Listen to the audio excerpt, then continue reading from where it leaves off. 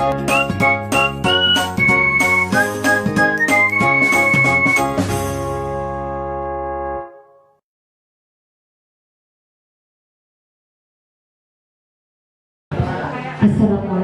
warahmatullahi wabarakatuh. Alhamdulillahirabbil alamin. Assalatu wassalamu ala asrafil anbiya'i wal mursalin wa ala alihi washabihi rasulillahil ajmain.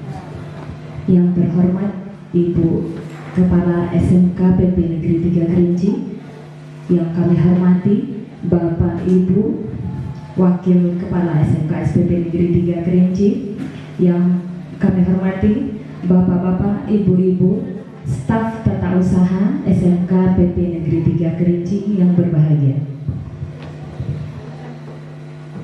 Puji syukur kita panjatkan kehadiran Allah Subhanahu wa taala, yang mana pada pagi hari yang berbahagia ini kita telah diberikan kesehatan dan kesempatan sehingga kita dapat berkumpul bersama di ruangan Majelis Guru SMK PP Negeri 3 Kerinci. Salawat serta salam tidak lupa kita hadiahkan atas junjungan alam Nabi besar Muhammad SAW, rahmatan lil alamin. Bapak Ibu yang berbahagia, untuk memupuk rasa cinta dan nasionalisme terhadap bangsa dan negara, marilah bersama kita menyanyikan lagu kebangsaan Indonesia Raya. Hadirin Bapak Ibu, kami mohon berdiri.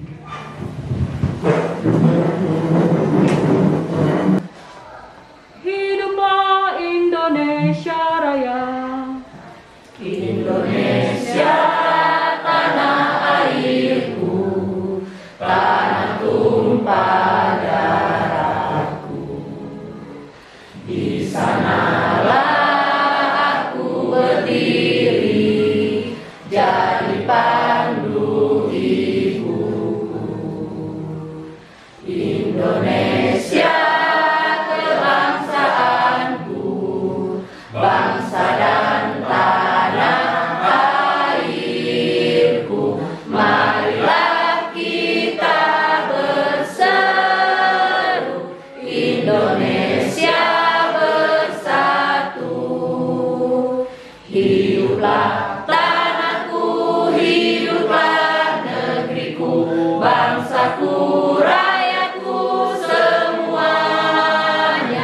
Bangunlah jiwanya, bangunlah badannya untuk Indonesia Raya. Indonesia Raya, merdeka, merdeka, tanahku, negeriku yang ku cinta. Indonesia Raya, merdeka, merdeka, hiduplah Indonesia Raya. Indonesia Raya, merdeka, merdeka, tanahku, negeriku yang ku cinta. Indonesia Raya, merdeka, merdeka, hiduplah Indonesia Raya.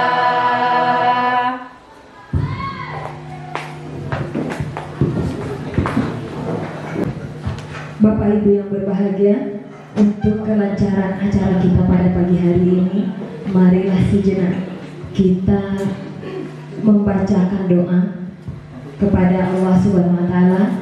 Dalam hal ini akan diimami oleh yang terhormat Buya Febriani.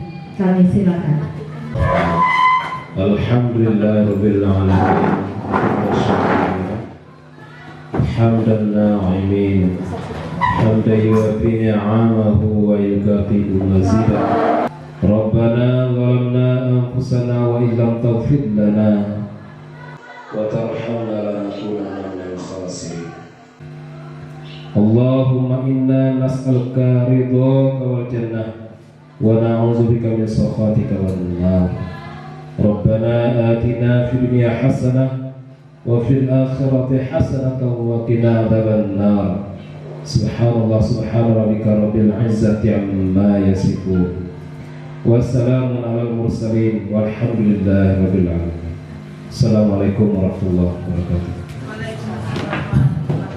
Bapak-bapak, ibu-ibu yang berbahagia, SMK Pusat Keunggulan merupakan program pengembangan SMK dengan kompetensi keahlian tertentu dalam meningkatkan kualitas dan kinerja yang diperkuat melalui kemitraan dan penyelarasan dengan dunia usaha, dunia industri dan dunia kerja yang akhirnya akan merujuk pada fungsi SMK sebagai SMK penggerak dan pusat peningkatan kualitas dan kinerja SMK lainnya melalui penerapan Merdeka Belajar dan penerapan budaya positif sekolah.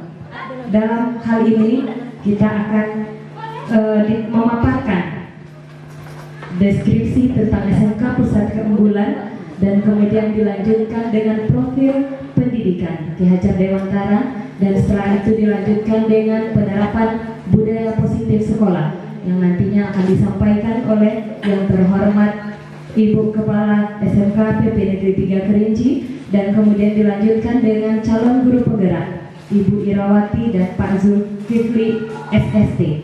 Untuk penjelasan dan pemaparan pertama yaitu adalah pemaparan tentang deskripsi SMK Pusat Keunggulan yang akan disampaikan oleh Ibu Kepala SMK PP Negeri 3 Kerinci kepada yang terhormat Ibu Haryanti SPD MPD. Kami silakan.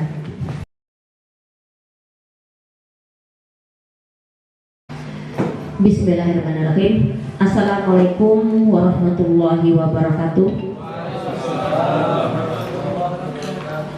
Pertama dan utama sekali, marilah kita mengucapkan puji dan syukur kehadirat Allah Subhanahu wa Ta'ala, yang mana pada pagi hari ini kita masih diberikan kesehatan dan kesempatan untuk melaksanakan kegiatan kita, yaitu kita mengadakan sosialisasi dan workshop mengenai SMKPK, kemudian guru penggerak, dan juga nanti kita akan ikuti dengan pembagian jam tugas guru.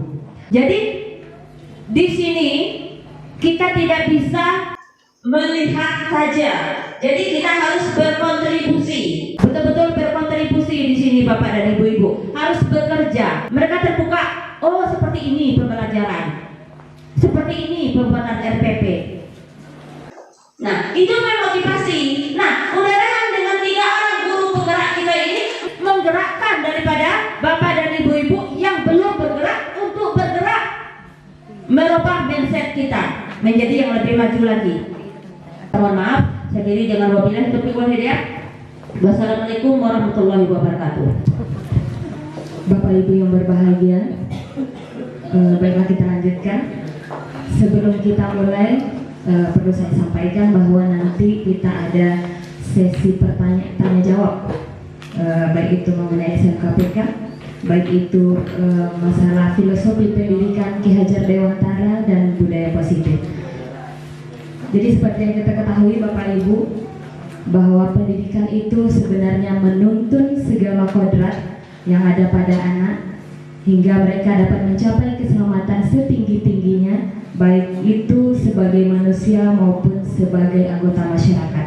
Itulah yang awalnya merupakan filosofi pendidikan Ki Hajar Dewantara, yang kemudian Ki Hajar Dewantara ini menerapkan ada trikon pendidikan, yaitu Ingarso Suntolodo, Madia Mangunkarso, dan Tutpuri Handayani. Inilah nantinya yang kita harapkan bisa kita terapkan bersama untuk mewujudkan profil pelajar Pancasila yang merupakan tujuan pendidikan kita pada saat sekarang ini. Baiklah, untuk lebih jelasnya Bapak Ibu yang berbahagia, marilah kita dengarkan deskripsi dan pemaparan tentang filosofi pemikiran Ki Hajar Dewantara yang akan disampaikan oleh Ibu Irawati SPD. Kami silakan.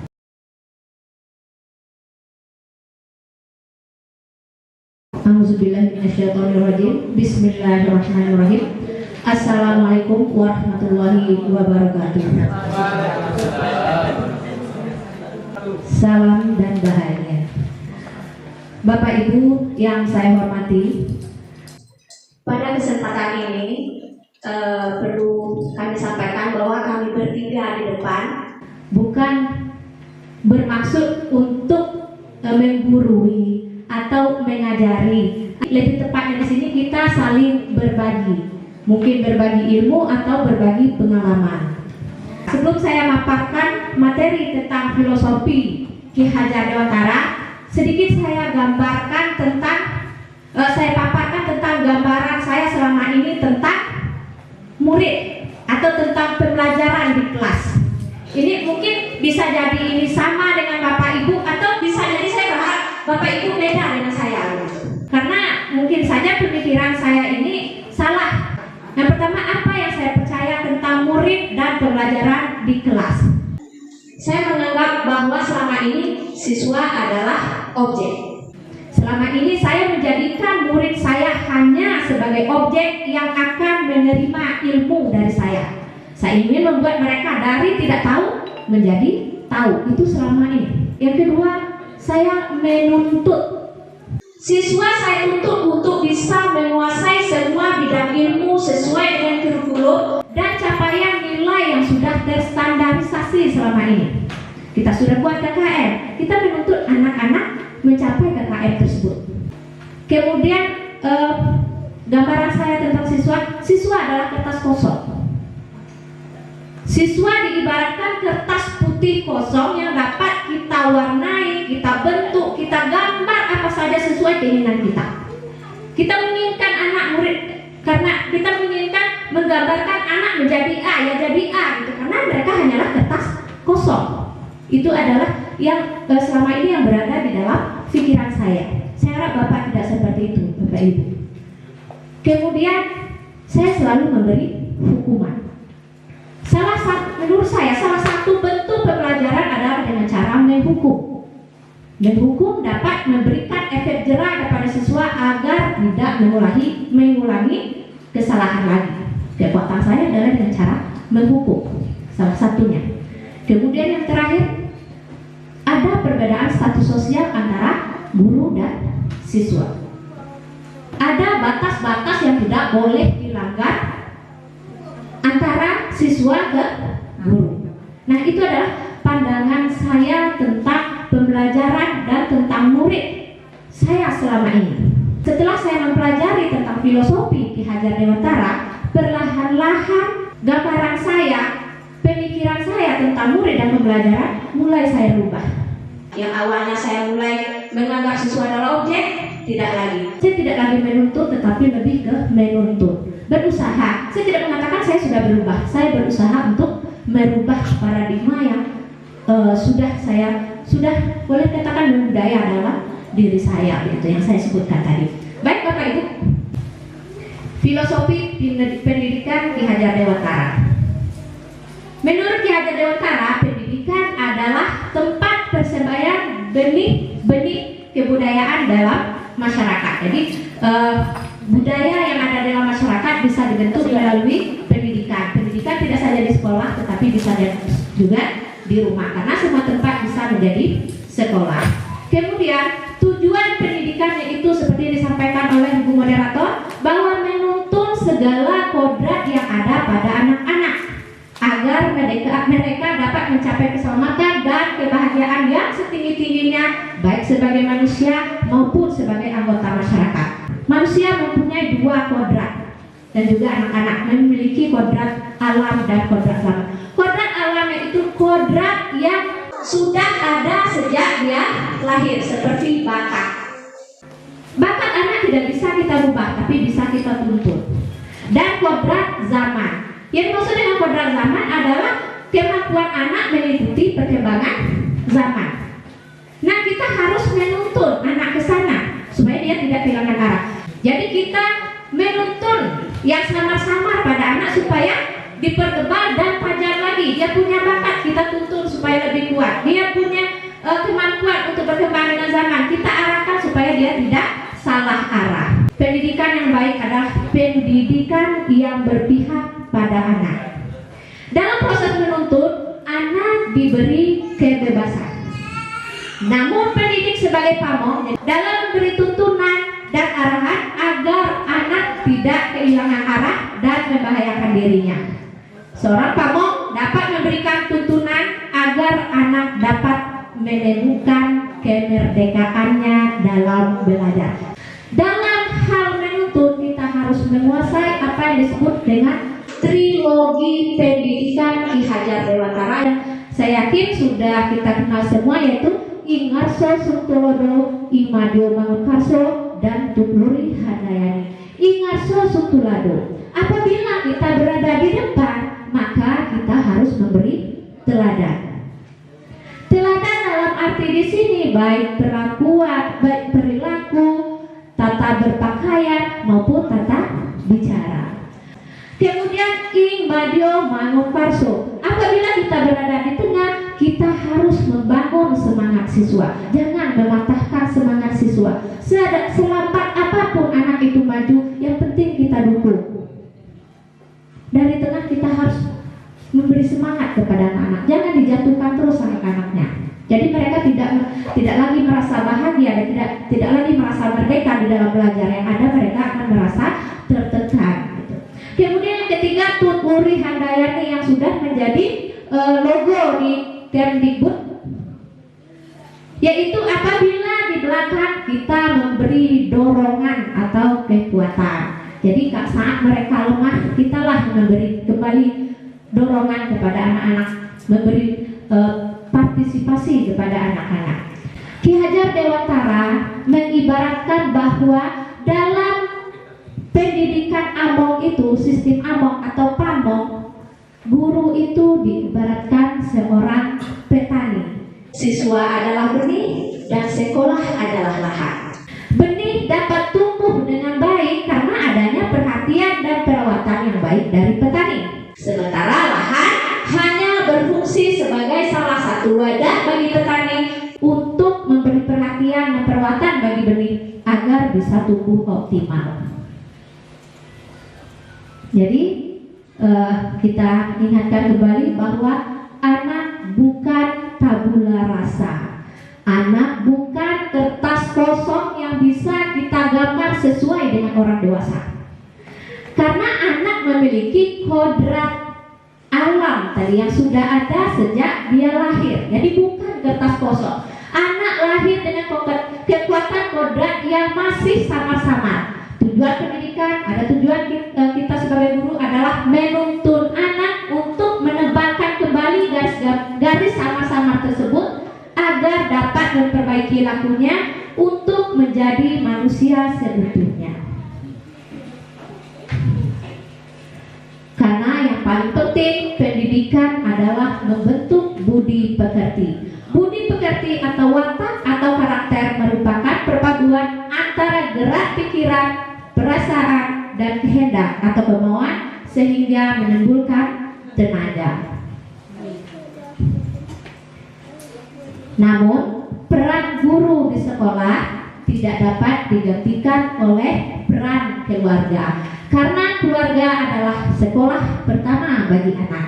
Keluarga menjadi tempat yang paling utama dan paling baik untuk melatih pendidikan sosial dan karakter baik bagi seorang anak. Jadi simpulannya ada 6 hal penting yang kita ingat dalam mendidik dengan sistem Among atau Pamong tadi, yaitu pertama menuntut, bukan menuntut. Kemudian kodrat anak. Jadi anak memiliki kodrat alam dan kodrat zaman yang perlu kita tuntut. Kemudian pendidikan berpihak pada anak. Anak bukan tabula rasa, artinya anak bukan kertas kosong. Pendidikan membentuk budi pekerti dan peran pendidik sebagai seorang petani. Seperti tema kita hari ini, transformasi pendidikan menuju merdeka belajar. Capaian dari merdeka belajar adalah profil pelajar Pancasila. Nah, sekarang sedang digempur-gemburkan profil pelajar Pancasila. Ada 6 ciri profil pelajar Pancasila, yaitu beriman bertakwa kepada Tuhan Yang Maha Esa dan mulia, mandiri, bernalar kritis, berkebinekaan global, bergotong royong, dan kreatif. Inilah profil pelajar yang kita harapkan di masa mendatang. Nah, mampukah kita mencapai ini? Tentu bisa.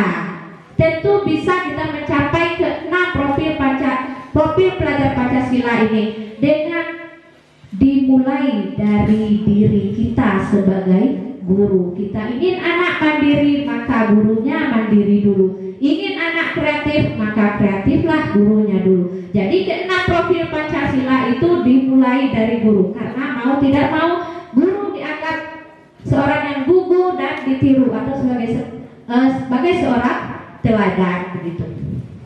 Nah, untuk memulai dari diri kita harus memiliki 6 nilai-nilai guru, yaitu mandiri. Artinya kita harus bisa mandiri, memperluas wawasan kita demi kemajuan anak kita, misalnya belajar secara mandiri, membuka wawasan kita bisa misalnya di YouTube atau dengan mengikuti webinar atau apapun. Kemudian reflektif.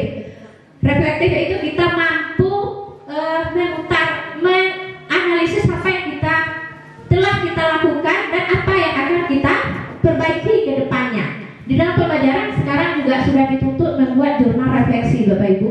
Jadi Ibu Kepsek nanti tambah lagi satu tugas guru, yaitu ini bukan karena ada tugas PK ya, karena sebenarnya sudah lama tapi kita tidak pernah melakukan ini, membuat jurnal refleksi. Jurnal refleksi. Ya, saya biasa memakai yang pola 4F atau 4P. Feel, feeling. Jadi setelah belajar, setelah melakukan pelajaran, apa yang kita rasakan setelah melakukan pelajaran anak? Wah, saya bahagia sekali hari ini. Kita tuliskan. Kemudian apa yang kita temukan gitu. Saya melihat anak ini tidak mampu di materi ini begitu. Jadi itu disebut dengan refleksi. Tujuannya apa? Untuk perbaikan ke pertemuan berikutnya. Kemudian kolaboratif, sesama guru harus mampu bekerja sama. Tidak saja sama guru, tetapi bisa guru ke TU, guru sesama guru, dan juga guru dengan orang luar. Kemudian inovatif, secara guru jangan menutup diri, jangan tetap berada pada zona nyaman. Marilah kita mampu berinovasi agar anak tidak bosan di kelas. Gitu. Kemudian yang terakhir harus berpihak pada murid. Nah, ini dia tadi gambaran bahwa ada keterkaitan antara nilai-nilai guru dan pencapaian kita ke profil pelajar Pancasila. Saya mengambil petuah dari Ki Hajar Dewantara, setiap orang menjadi guru, setiap rumah menjadi sekolah. Demikian paparan saya tentang filosofi Ki Hajar Dewantara. Untuk aksi nyatanya memperkuat filosofi ini akan dipaparkan oleh Pak Zul nanti tentang budaya positif, apa yang akan kita lakukan ke depannya. Terima kasih atas perhatiannya. Saya ucapkan billahi taufik wal hidayah. Wassalamualaikum warahmatullahi wabarakatuh. Untuk penerapan budaya positif akan disampaikan oleh Pak Zulkifli. Ini bagaimana tentang budaya-budaya yang sebaiknya kita terapkan di sekolah. Baik itu ada beberapa ya, ada kesepakatan kelas yang mungkin nantinya akan dipaparkan langsung oleh Pak Zulkifli. Nanti ada restitusi dan yang lain-lainnya. Kepada Pak Zul kami persilakan.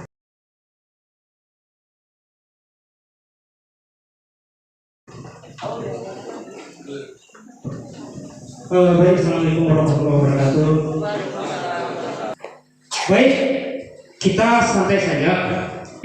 Yang perlu kita sampaikan di sini di budaya positif, pertama perubahan paradigma.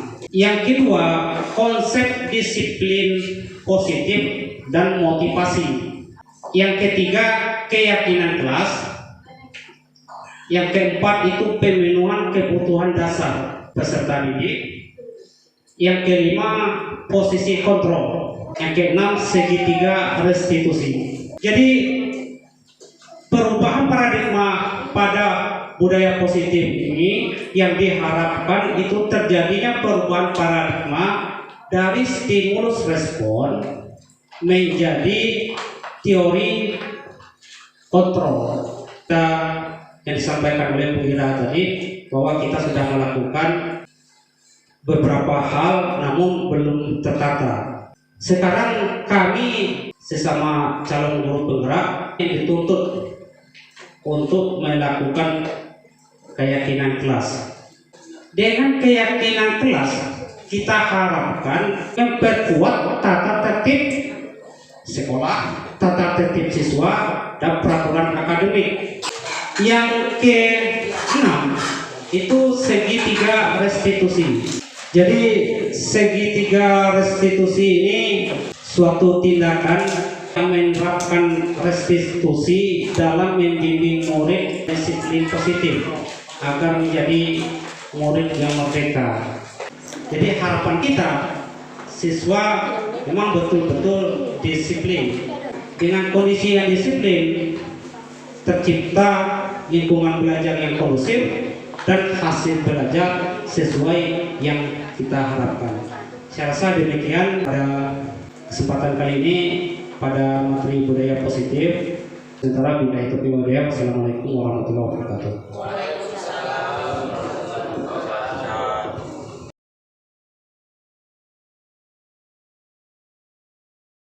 Mungkin dari penjelasan tadi, baik itu mengenai SMKPK, profil pendidikan Hajar Dewantara dan budaya positif, mungkin ada yang mau ditanyakan, kita buka cukup 3 sisi yang Fajrul. Kita mengingat waktu udah siang, mungkin ada 3 pertanyaan, bisa kita jawab bersama. Ya, kepada Bu Mangkiah kami persilakan. Terima kasih kesempatan yang diberikan. Kebetulan di kelas 10 ini terjadi kendala yang dimana anak kita itu ada yang bukan keterbatasan tapi kurang cakap di segi berkomunikasi, membaca dan menulis.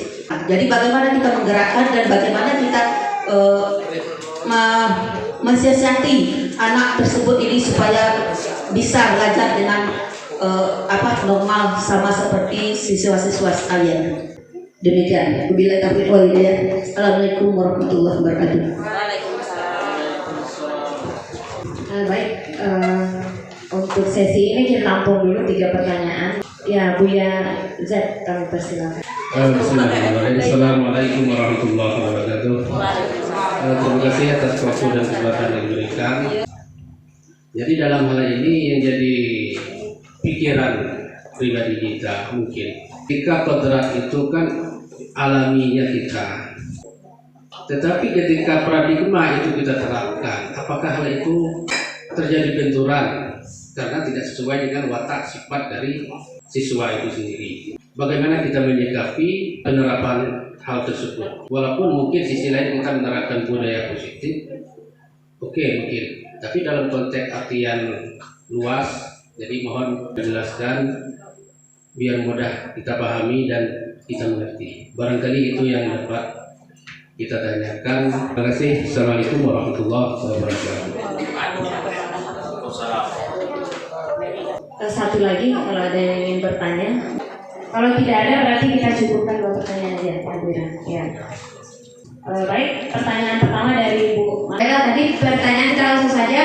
Tadi Bu Mon menyampaikan bahwa ada anak di sekolah kita bahwa dia punya keterbatasan. Nah, bagaimana mengatasi hal tersebut? Karena itu sudah menjadi tugas kita. Jadi Bapak Ibu, saya juga sudah terbaca bahwa ada satu anak yang punya keterbatasan. Gitu. Kita langsung aja dalam hal membaca ya Bu Mon. Nah, sekarang ini Kemdikbud sedang giat-giatnya itu mengadakan pendidikan inklusif. Itu diutamakan bagi anak yang bermasalah seperti itu. Jadi pendidikan inklusif bukan khusus untuk SLB, tetapi juga untuk sekolah-sekolah reguler seperti kita ini. Jadi bagaimana cara pendekatannya? Ya secara inklusif. Ada juga kaitannya dengan segitiga restitusi tadi. Kita panggil anaknya secara tatap mata gitu ya, berdua. Kemudian pertama kita tanyakan masalahnya. Jadi kamu masalahnya apa kalau di kelas? Bisa Bapak Ibu, saya mengajak, mari kita ikuti kalau ada kesempatan pendidikan inklusif. Kita lanjutkan ke pertanyaan berikutnya dari Buya Zepriadi. Mungkin kita coba untuk pertanyaan ini kita minta bantuan kepada Pak Zul. Bagaimana pandangannya tentang hal yang seperti ini? Silakan. Baik, terima kasih. Pertentangan dengan kodrat, ada yang perlu kita batasi di sini, bahwa pertentangan itu yang perlu kita batasi di sini Bu ya, kita ini SMK berdasarkan kodrat anak, salah satunya kodrat alamnya, kalau anak sudah masuk sini berarti dia memilih. Sampai di sini pilihan dia ada 3: pertanian, peternakan, dan perkebunan. Kita tidak dipaksakan. Ini salah satu kodrat. Maka kita sebagai guru, saya terutama, saya mohon maaf berkali-kali saya sampaikan bahwa saya juga ingin memulai. Selama ini banyak kekurangan, sangat jauh banyak kekurangan. Nah, kalau kita salah mengarahkan anak, nah ini dapat merusak anak itu sendiri. Nah, tugas kita bagaimana anak setelah milih di sini, dia belajar di sini dalam konsep Merdeka Belajar menuju profil belajar Pancasila yang sudah ditentukan. Yang pertama, berketuhanan yang besar dan berakhlak mulia. Jadi tetap nomor 1 Bu ya. Hubungan dengan hablum minallah tetap nomor 1. Hablum minallah ya, tetap nomor 1. Saya itu yang penting.